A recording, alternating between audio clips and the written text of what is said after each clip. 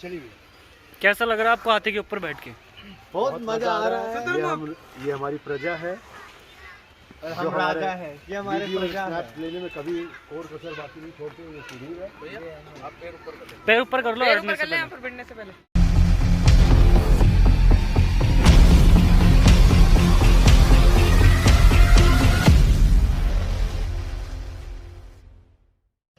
So guys, I am overwhelmed. 1000 subscriber होने की खुशी में ये इतना सारा खाना कौन खिलाता है? सबसे पहली बात है कौन खाता है? हमने केक काटा है और फुल फैमिली हम जो है बाहर का जो एंटरटेनमेंट के साथ जो एंजॉय हुआ था वो हो ही गया। और ये जो है वो 1000 सब्सक्राइबर पार्ट 2 है, तो ये सब आपके लिए। और राजस्थान में हूँ तो राजस्थान में यही होता है, क्या कहते हैं उसे, मेहमान नवाजी, चाहे इज्जत अफजाई, उसका वो तो जहाँ की रीति रिवाज ही है कि पधारो सा आपनो गाँव है और हैं। तो चोखे ढाणी में जब जाएंगे तो आपको बस यही मिलेगा। हम कभी अगर मौका मिला तो चोखी ढाणी आपको दिखाएंगे। फिलहाल इसको करते हैं चुटकियों में खत्म। I am really thankful to both of my lovely sisters and both of my जमाइज और उनके बच्चे। इतना प्यारा सेलिब्रेशन। खैर अब इसे ख़त्म भी करना होगा और इसे ख़त्म करने के बाद हम निकल पड़े अपनी अगली मंजिल, यानी कि आपके एंटरटेनमेंट के लिए जयपुर के पास ही स्थित हाथी गांव। तंग सकरी गलियां चौड़े रास्तों से होते हुए हम आगे बढ़ रहे हैं, लेकिन इससे पहले कि पहुंचे हाथी गांव हम ले लेते हैं एक छोटा सा चाय ब्रेक। अब तो चाय को भी खुद पर गुरूर होता है, बखूबी जानती है वो हम पर उसका सुरूर होता है। और चाय वाय पीकर अंततः हम पहुंच चुके हैं द्वार पर, यानी कि हाथियों के घरों के द्वार पर, हाथी गांव। नॉर्मली पर पर्सन यहाँ पर एंट्री फीस है 50 रुपए प्रति व्यक्ति।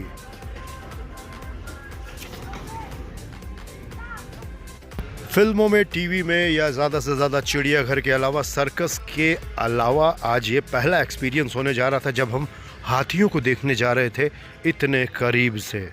यकीन नहीं हो रहा था। आज के एपिसोड का आइडिया जो है वो हमारे ही एक परम मित्र मंगल दुबे ने हमें मुंबई से दिया है। उन्होंने ही कमेंट किया था कि शेर, बंदर, चीतों के अलावा अभी तक हमने काफ़ी कुछ देखा, लेकिन अब बारी है हाथी देखने की। आपको भी कुछ देखना है तो कमेंट करके ज़रूर बताएं। Right now we are standing in Hathi Gaon और हमारे साथ है फैज़ान भाई। फैज़ान भाई, बहुत बहुत स्वागत है आपका चाय बस्टर में।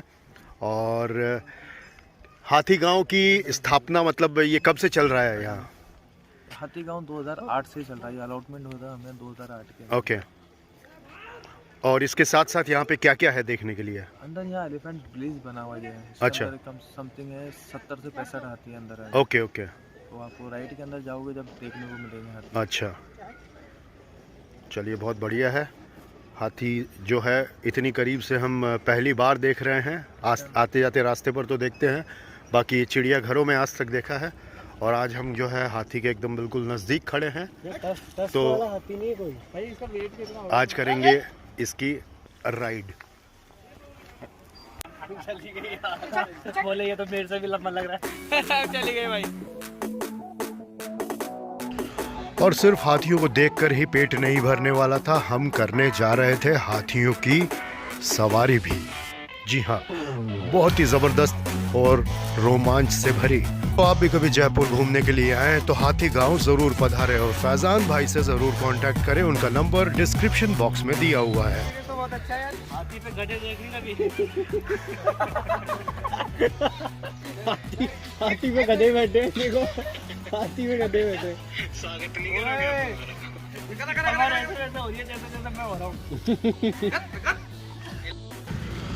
बड़ा ही अनोखा एक्सपीरियंस होता है हाथी की सवारी में। हाथियों को कीचड़ में लोट पलोट होते हुए कई बार आपने देखा होगा। कीचड़ हाथियों के लिए सनस्क्रीन का काम करता है। अनीश, पकड़ के रखना बाबू। सबसे महंगी बिकने वाली ब्लैक आइवरी कॉफी हाथियों द्वारा खाए गए अरेबिका कॉफी बीन्स के बाद किए गए मल से बनती है। आ जाओ, कोई दिक्कत नहीं है। तो कैसा रहा सफर? बहुत ही मज़ा आया। मैंने अपनी लाइफ में पहली बार हाथी पे बैठा हूँ मैं, और आज जैसा मैंने फील किया है ना, मतलब and what about you Manish? मेरे को पता ही नहीं है ना? पहली बार। अब जयपुर के लोगों को भी पता चलेगा, दुनिया भर के लोगों को पता चलेगा, चाय बस्टर्स को भी, और आपको भी पिलाएंगे हम चाय की एक प्याली।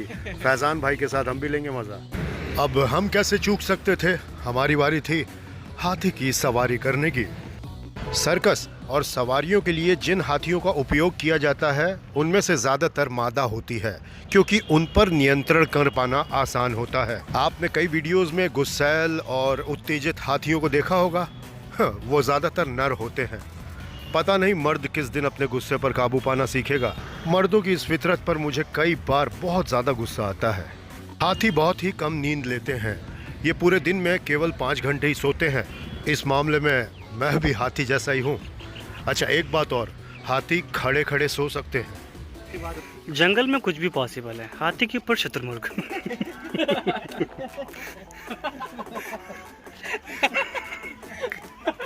मनुष्यों की तरह हाथी भी बहुत भावुक, सेंटिमेंटल होते हैं।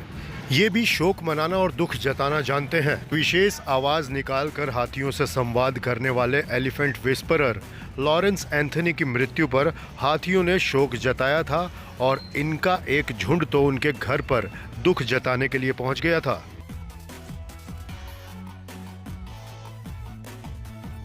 हमने भी एक छोटा सा ट्राई लिया इनकी भावनाएं, इनकी संवेदनाओं को चेक करने का, और सोचा इन्हें एक जोक सुनाया जाए। हंसी देने के लिए तुम लोग को होना पड़ेगा। हाँ, कंटिन्यू।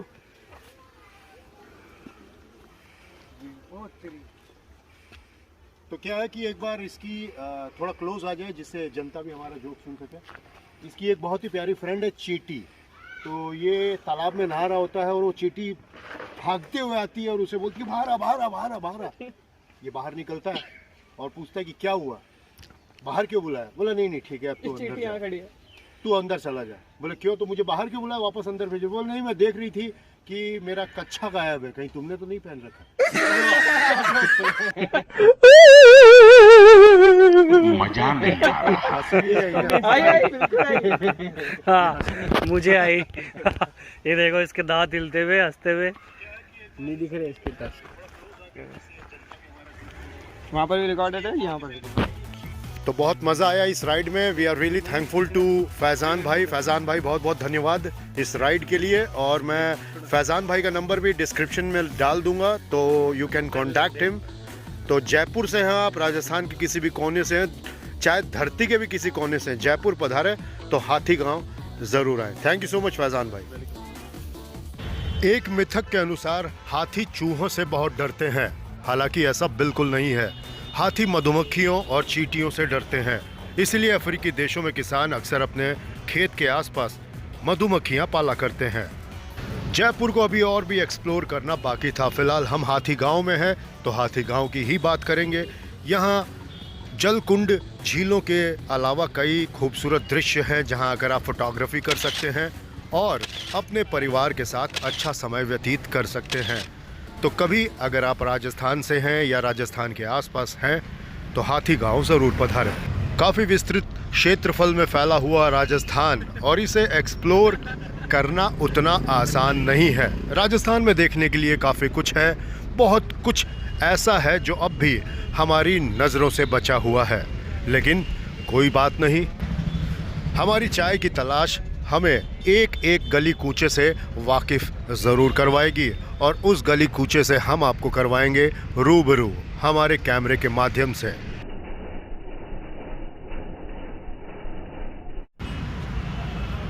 फिलहाल इस एपिसोड को देंगे हम यहीं पर एक विराम, लेकिन इस वादे के साथ कि सांसों ने दी साथ, तो फिर होगी आपकी और हमारी मुलाकात चाय के किसी ठेके पर या किसी विशेष जगह पर। तब तक रखें अपना ख्याल। Bye bye.